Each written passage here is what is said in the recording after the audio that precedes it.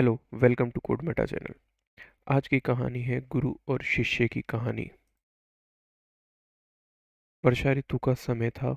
उस समय चारों तरफ बादल उमड़ रहे थे और कि जो किसान थे वो खेतों की ओर जा रहे थे ताकि वो अपने खेत को सींच सकें। स्थान स्थान पर गड्ढों में पानी भर रहा था।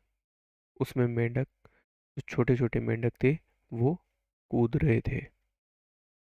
उस समय किसी कार्य से गुरु और शिष्य कहीं जा रहे थे और अचानक से असावधानीपूर्वक गुरु के पैर तले मेंढक आ गया और वो वहीं मर गया।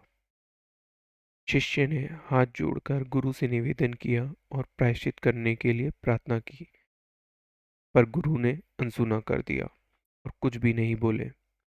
दोनों अपने अपने स्थान पहुंच गए। दोपहर में शिष्य आया और नमस्कार कर बोला, गुरुदेव, आपको प्रायश्चित करना चाहिए क्योंकि जो मेंढक है वो आपके पैरों तले मर गया है। यह सुनते ही गुरु क्रोधित हो गए और उनका मुख लाल हो गया। वह वक्रदृष्टि दृष्टि से शिष्य को देखने लगे। शिष्य ने सोचा कि अभी कहना अनुपयुक्त है क्योंकि गुरुजी कार्य में व्यस्त हैं। सायंकाल उस समय यह याद दिलाना उपयुक्त रहेगा जब वो अपनी साधना में होंगे। यह सोचकर वह उठा और अपने स्थान पर चला गया। सूर्य अस्त हुआ और शाम को जब सभी संतगण एक स्थान पर बैठे हुए थे तब शिष्य आया और उसने बड़ी विनम्रता पूर्वक हाथ जोड़कर बोला, गुरुजी, आज मार्ग में आपके पैरों में मेंढक की हत्या हो गई है। उसका प्रायश्चित आपको करना चाहिए।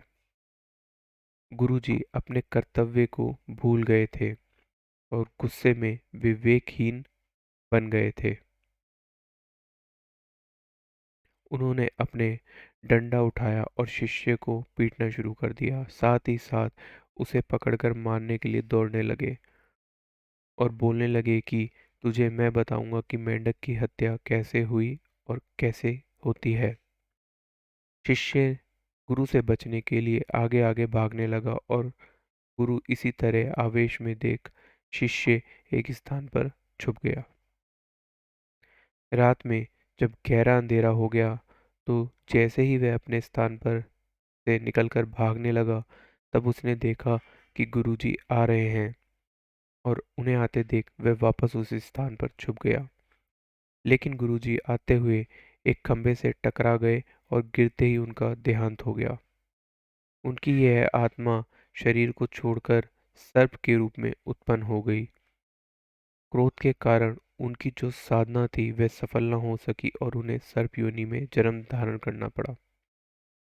निष्कर्ष क्या मिलता है हमें कि किसी भी परिस्थिति में क्रोध करना सही नहीं है।